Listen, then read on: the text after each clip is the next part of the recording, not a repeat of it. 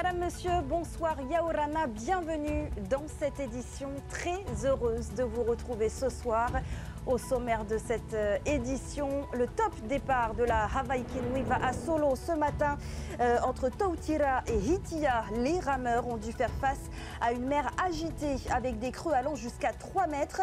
Une première étape mouvementée et la victoire de Tutiari Hoatua. On en parle plus en détail avec vous, Tauhiti Tauniwa Moussan. Vous êtes en direct de Hitia Aotearoa. Après le RNS, cap sur le budget 2026. Les élus de l'Assemblée ont ouvert la session ce matin à Tarareuil. Une session marquée par le discours de politique générale du président du pays. Moïtei Brederson annonce des moyens contre l'ICE et en faveur du pouvoir d'achat. La cause animale au cœur d'un tout nouvel événement. On vous parle ce soir des Tahiti Uri Days, un événement qui veut faire évoluer la place du chien au Fénois. Au programme, des animations, des démonstrations, mais aussi des conférences. Et cette intervention de Frédéric Torrente, il est notre invité ce soir. Nous évoquerons ses travaux sur les chiens dans la société polynésienne d'autrefois. Enfin, comme chaque jeudi, place au sport sur TNTV. Oriano Tefao est sur le plateau pour nous donner des nouvelles de nos sportifs à l'étranger.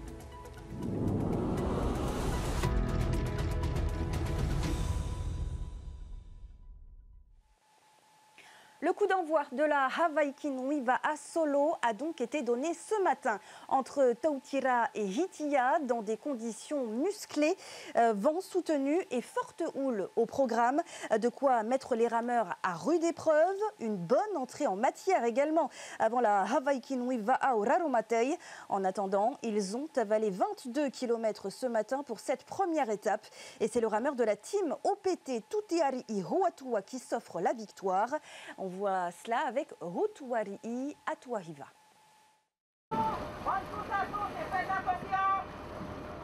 10h pile ce matin, ils sont 147 athlètes au départ, en vue 22 km entre Tautira et Hitia. Les conditions sont dantesques et mettent les rameurs à rude épreuve. Après 30 minutes, c'est le trio Hotuitere pour eux qui unit Sulpice et Tutiari Hoatua qui prend la tête de la course. Au final, c'est le rameur de la poste Tutiari Hoatua qui franchit la ligne en premier en 1h37 minutes. Après 10 minutes, du coup, j'ai commencé à monter à droite pour avoir du surf plus arrière. Et voilà, à 30 minutes, j'ai regardé si ma monte à 30 minutes, j'étais devant, mais après, c'était pas terminé. Il fallait toujours regarder qui était à côté. Ouais, ça me tenait à cœur. Aussi, c'est l'anniversaire de mon pâté. Et aux anges, et Tamaruru, c'est Pouli, oui, c'est là. Après avoir mené la majeure partie de la course, Keoni Sulpice se fait rattraper à quelques kilomètres de l'arrivée. J'ai fait mon surf, j'ai super bien surfé aujourd'hui.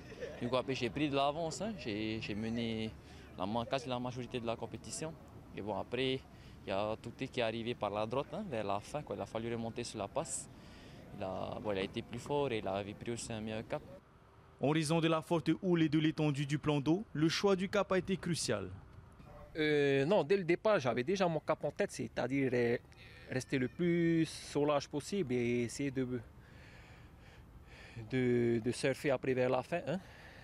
Mais manque de peau, j'ai chaviré et du coup, j'étais obligé de rattraper le retard en surfant direct, quoi.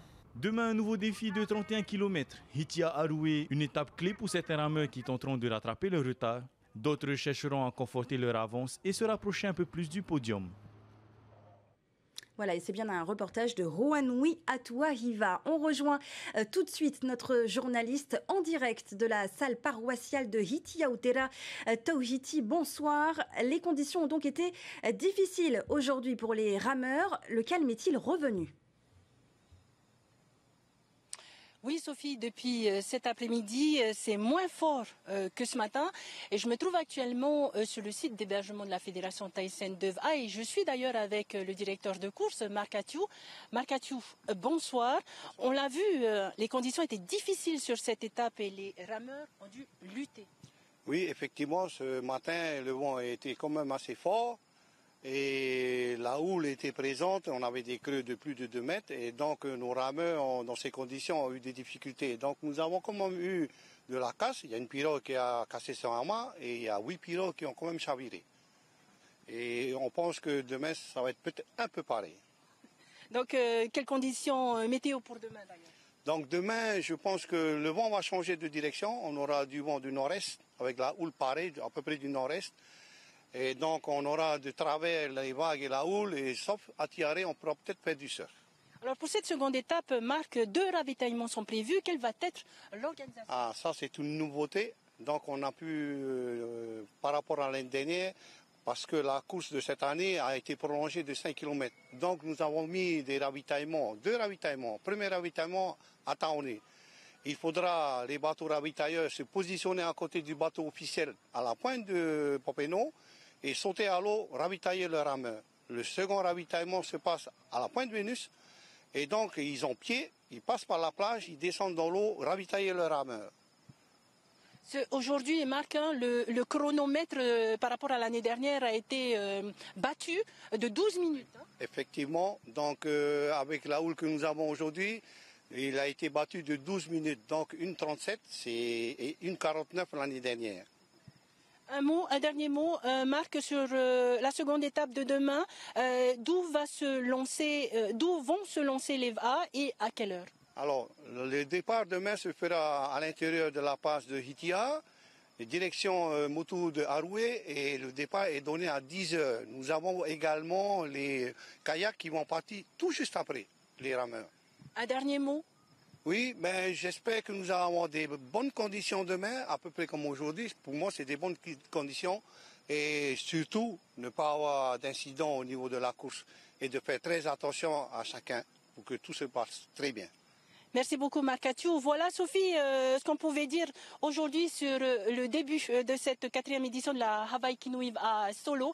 C'était Taojiti Tauniwa Moussan depuis Hitia'a pour Tahiti Nui Télévision.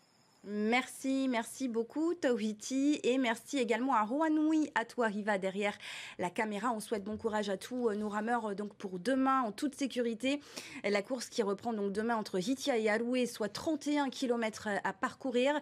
La dernière et 3e étape aura lieu samedi de Aroué à Tiarei avec un retour à Taoné pour 36 km de course. C'est aujourd'hui la vraie rentrée pour les représentants à l'Assemblée de la Polynésie. La session budgétaire s'est ouverte ce matin à Taraheuï, session marquée par le discours de politique générale du président du pays. Moetai Broderson annonce des moyens dévolus à la lutte contre l'ICE et en faveur du pouvoir d'achat. Les détails avec Laure Philibert et Mérété Atto. 2 semaines après la fin de la session extraordinaire sur la réforme du RNS, les représentants s'attaquent à la construction du budget 2026. Cette année, pas de prise de parole du président de l'institution en préambule des travaux. Un seul discours de politique générale, celui de Moetai Broderson, qui établit un panorama de la situation économique du pays et annonce des moyens dédiés à la lutte contre l'ICE ainsi que plusieurs mesures en faveur du pouvoir d'achat. Le dispositif Tama Meitei, qui est un peu l'équivalent des tickets restaurants dans l'Hexagone, qui viendra donc donner une possibilité de mieux s'alimenter pour moins cher à des milliers de Polynésiens. Nous allons également donc présenter bientôt un nouveau projet qui vise à faire baisser le prix de certains produits. Des mesures plutôt encourageantes pour le président de la Commission de l'économie. Des annonces qui, pour ma part, me semblent intéressantes parce qu'elles sont le fruit de discussions que nous avons eues depuis quelques mois, voire quelques années, depuis le début de la mandature. Satisfait de certaines mesures, mais je pense que le gouvernement manque d'ambition et d'audace. Au lendemain de l'annulation de la loi sur l'encadrement des prix, l'opposition se dit inquiète. Il y a des projets de loi qui devraient arriver sur le coût de la vie, mais enfin, jusqu'à ce jour, je suis allé faire mes courses encore hier, je trouve que ça a encore beaucoup augmenté et rien n'est proposé concrètement. On va encore attendre d'autres projets de loi. On a parlé aussi du contrôle des actions à mener sur la vie chère, mais on voit que le Conseil d'État a censuré pour la 2e fois un texte du gouvernement. On a eu le texte sur le vapotage qui va être déféré probablement pour entrave à la liberté de commerce qui va sûrement être annulé aussi. Donc il y a quand même beaucoup d'amateurisme sur la gestion des dossiers. J'ai été assez surpris parce que le haut-commissaire vient d'arriver. Normalement, le commissaire assiste à ces ouvertures solennelles de session. Il n'était pas là et pas vraiment de représentant de l'État. Le CESEC, la même chose. Cette session, et c'est dommage, n'intéresse pas beaucoup de monde. Parmi les projets du gouvernement figure également un programme de revalorisation pour les infirmiers, aides-soignants et personnel hospitalier. Le président du pays appelle enfin les étudiants boursiers expatriés à rentrer servir leur pays. Viri Taimana, le directeur du Centre des métiers d'art, officiellement démis de ses fonctions. Souvenez-vous, il est suspecté d'être à l'origine de pression et d'humiliation. Il avait été suspendu à titre provisoire.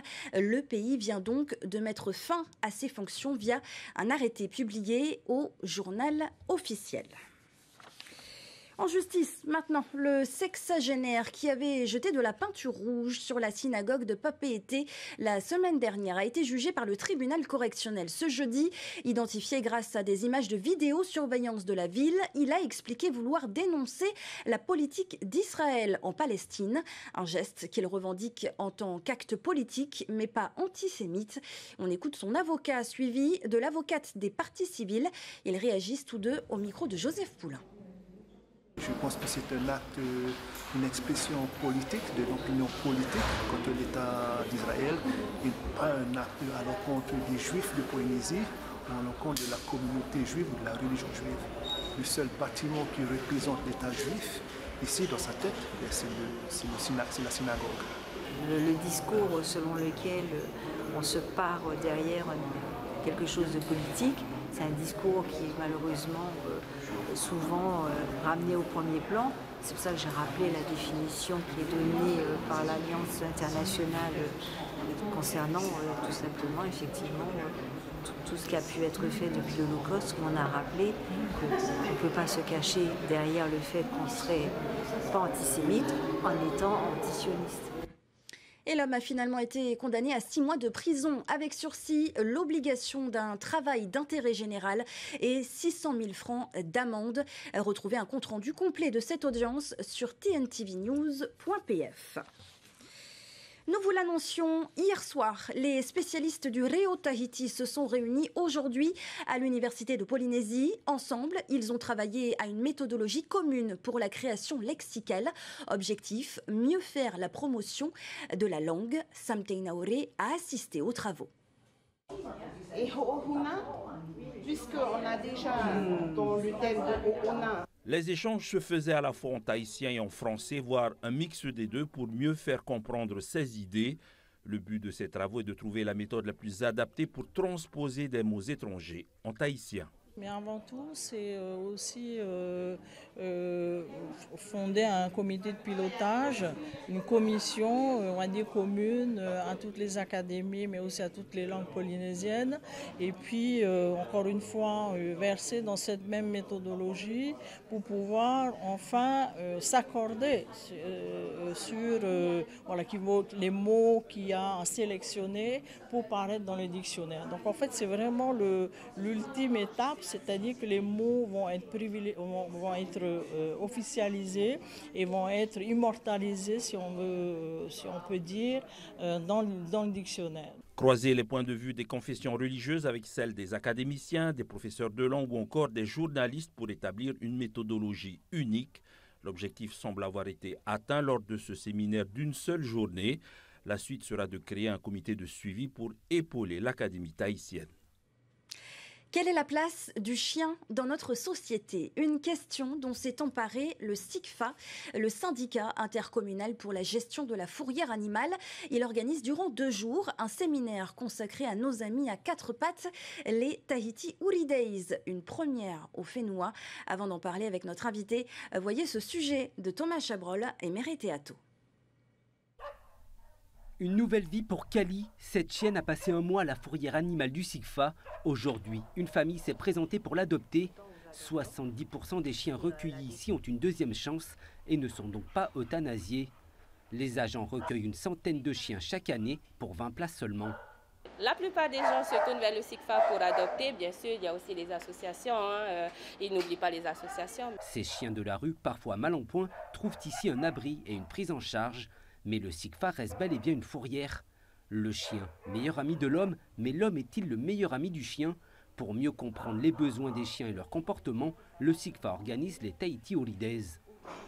On a beaucoup de travail à faire pour mieux nous occuper de nos animaux, mieux les éduquer, et de façon à ce que ça ne génère pas des problématiques qu'on connaît aujourd'hui avec les chiens dans tous nos quartiers en fait. Que ce soit les nuisances sonores, les agressions, les accidents de la route à cause de la divagation des chiens. Pour que le chien trouve sa place dans notre société, les associations, les éducateurs ou encore des vétérinaires seront réunis au Tahiti Holidays. L'événement a pour objectif d'apporter des solutions en faveur du bien-être animal. Il faut juste porter dans le débat public le sujet de nos animaux pour que ça puisse évoluer plus rapidement. Au quotidien, la mauvaise gestion canine est un problème de société aux impacts sanitaires, sociaux, culturels et politiques. Au mois de juin, 500 personnes s'étaient réunies à Papeete pour dénoncer les faits de maltraitance qui existent au Fénois. La prise de conscience est amorcée. Une bonne nouvelle pour les associations qui travaillent dans l'ombre. C'est notre rôle à nous en fait, de choisir une famille qui s'occupera bien de lui et qui répondra à tous ses besoins. Ce n'est pas un animal qu'on va juste mettre à l'entrée du portail pour garder la maison, comme ça se fait beaucoup malheureusement. Kali a trouvé un nouveau foyer, mais d'autres chiens au SICFA ou dans la rue n'ont pas encore eu cette chance. Frédéric Torrente, bonsoir. Bonsoir Sophie. Merci d'être présent ce soir sur le plateau de TNTV. Vous êtes donc chercheur en anthropologie à la Maison des sciences de l'homme du Pacifique. Vous serez l'un des intervenants demain lors de cette première édition des Tahiti Holidays. Vous vous êtes, vous, intéressé à la place du chien dans la société polynésienne d'antan. Alors tout d'abord, est-ce qu'on peut savoir à quelle époque les premiers chiens ont été introduits en Polynésie et de quelle manière ? C'est ça qui est fabuleux, c'est que les chiens vont faire partie des premières migrations polynésiennes, enfin d'abord austronésiennes, puis polynésiennes ensuite. Et donc ils vont être les compagnons de tous les grands navigateurs qui vont donc traverser tout le Pacifique pour arriver donc à la Polynésie qu'on connaît ici, mais diffusée dans l'ensemble du Pacifique. Alors comment étaient-ils considérés à l'époque? Quelle était leur place? Oula, la place du chien, elle est complètement ambivalente, puisque déjà les chiens ont été introduits avec le cochon, les volailles et le rat polynésien pour manger. Donc évidemment, d'abord c'était une ressource alimentaire importante, mais d'autre part, de façon opposée, le chien avait une place dans la religion ancienne qui est aujourd'hui plus ou moins oubliée. Notamment, il y avait des dieux chiens, et également donc le chien était un animal qui était sacrifié sur certains marais à certains dieux, donc au même titre que le cochon par exemple ou la tortue marine. Voilà. Donc autant il pouvait être mangé, mais il y avait aussi un côté sacré. Oui. À l'époque.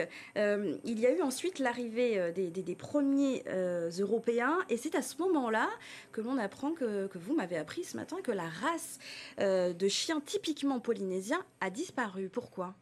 Oui, alors ça c'est les résultats des recherches des archéologues très poussées, notamment avec la génétique. Donc on sait dans différentes études, comme chez les Maoris en Nouvelle-Zélande par exemple, que le chien a diffusé sur les pirogues, qui étaient un peu plus proches du loup comme race, c'est des races primordiales. Mm-hmm. Et puis du coup, au fur et à mesure des contacts avec les Européens, et puis bien sûr du brassage, donc du mélange des chiens entre eux, petit à petit la race n'a pas résisté, et donc la race originelle a complètement disparu aujourd'hui. Son extinction.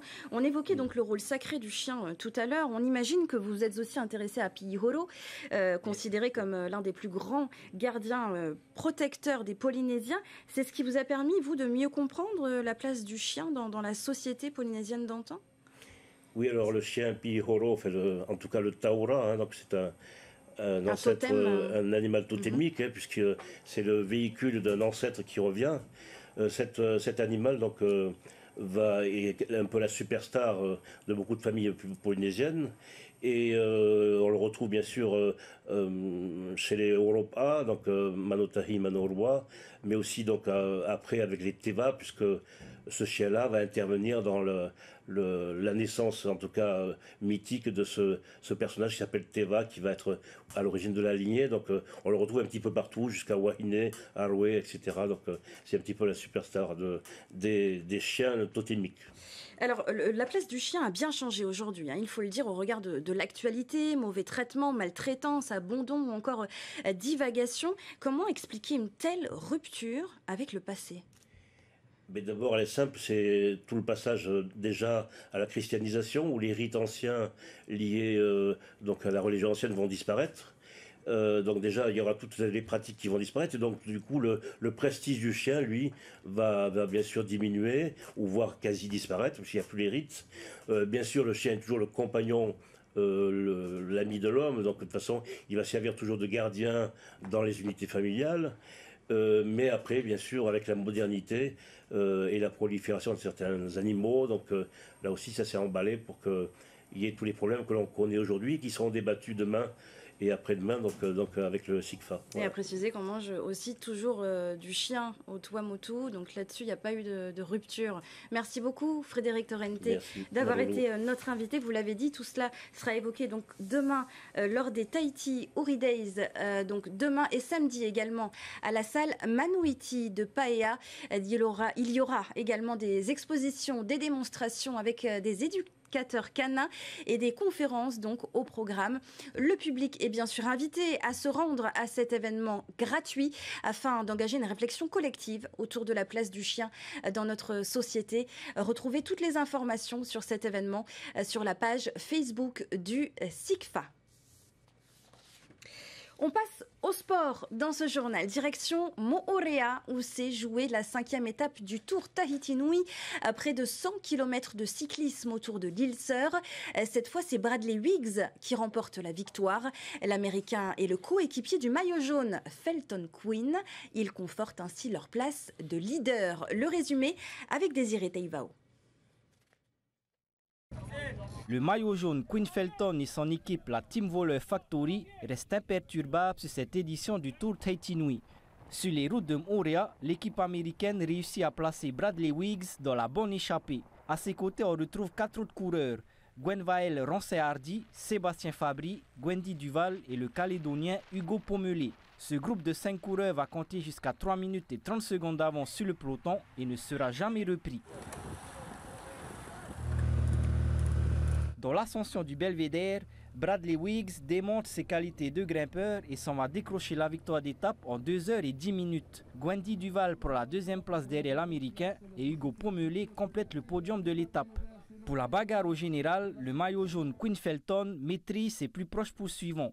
À la veille de la dernière étape, l'Américain compte 45 secondes d'avance sur Axel Taillandier. Taruya Krenner 3e est à 1 minute et 10 secondes du maillot jaune. Il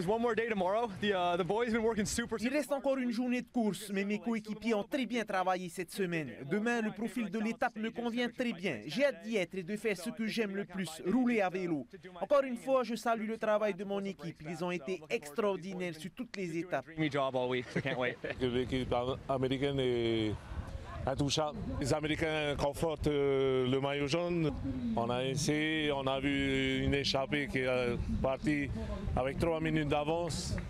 Et il y avait un Américain dans cette échappée et il gagne l'étape. Demain, les coureurs s'élanceront sur la 6e et dernière étape du Tour Tahiti Nui. Le départ sera donné à Aurei-Tiniho. Le peloton prendra ensuite la direction de la côte Est pour un circuit entre Papenho et Hitia. Et parmi nos sportifs locaux, beaucoup évoluent à l'étranger. Comment se portent-ils? Quelles sont leurs performances? On voit cela tout de suite dans Tiara Sport.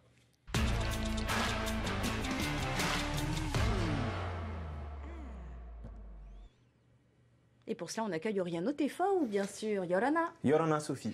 Alors, on décolle pour la France à Nice, plus exactement, où le triathlète Benjamin Zorniotti a fait ses débuts sur la scène mondiale. Oui, Sophie, pour une première, c'est une réussite. Appelée 3 km 800 de natation, 100 km de cyclisme et 42 km de course à pied qu'il a pu réaliser en 2h49. Eh bien, Benjamin termine à la 29e position et a bouclé le parcours général en 8 8h37. Une performance solide face à l'élite mondiale qui confirme sa montée en puissance. Et c'est la Norvège qui a raflé les premières places. Exactement, un triplé avec Kasper Storms devant Gustav Iden, Christian Blumenfeld. Mais côté polynésien, Zonyuti a marqué les esprits. On le félicite pour ça. Félicitations à lui. Autre discipline, Oriano, de l'athlétisme et plus précisément du saut en longueur. Rei Hao-Mei-Ao représentait Tahiti aux Mondiaux de Tokyo. Oui, Reho a signé un saut à 7,75 m. Ça n'a pas suffi pour se qualifier jusqu'en finale, mais sa présence à ce niveau reste une belle récompense. Sa saison a été compliquée avec des blessures, des moments de doute bien entendu, et cette qualification mondiale démontre sa persévérance. Et Rei Hao-Mei-Ao qui pense déjà à la suite? Absolument, il vise désormais les mondiaux l'année prochaine en salle avec l'ambition de franchir un nouveau cap et on lui souhaite le meilleur pour la suite. On termine avec du sport de force, Oriano. Tario Terei Harua est en route pour Malte. Oui, Sophie, le colosse de Bora Bora, on le voit ici, s'est envolé ce matin. Du 22 au 28 septembre, il disputera les championnats d'Europe de bench press, c'est-à-dire de développer couché, avec un objectif clair, décrocher un 3e titre continental. Rappelons qu'il a déjà soulevé 230 kilos pour s'offrir un nouveau titre de champion de France. Et c'était en début d'année. Sa compétition pour les championnats d'Europe commence ce week-end. On lui souhaite lui également un grand Faito Ito. Grand Faito Ito, on lui souhaite bonne chance pour ce grand rendez-vous. Merci Oriano. À jeudi prochain. À jeudi prochain, avec plaisir. Et c'est la fin de cette édition. À suivre, la météo avec Farirau, le magazine Moana consacré à l'arrivée de la pirogue Rokulea à Tautira. Enfin, la série Drop Dead Diva. Demain, Mika Delattre reprend les commandes des JT du week-end. Quant à nous, on se revoit bientôt. Très belle soirée et par avance, un excellent week-end. Surtout, prenez soin de vous. Retrouvez ce journal en replay sur notre site internet et notre application mobile TNTV.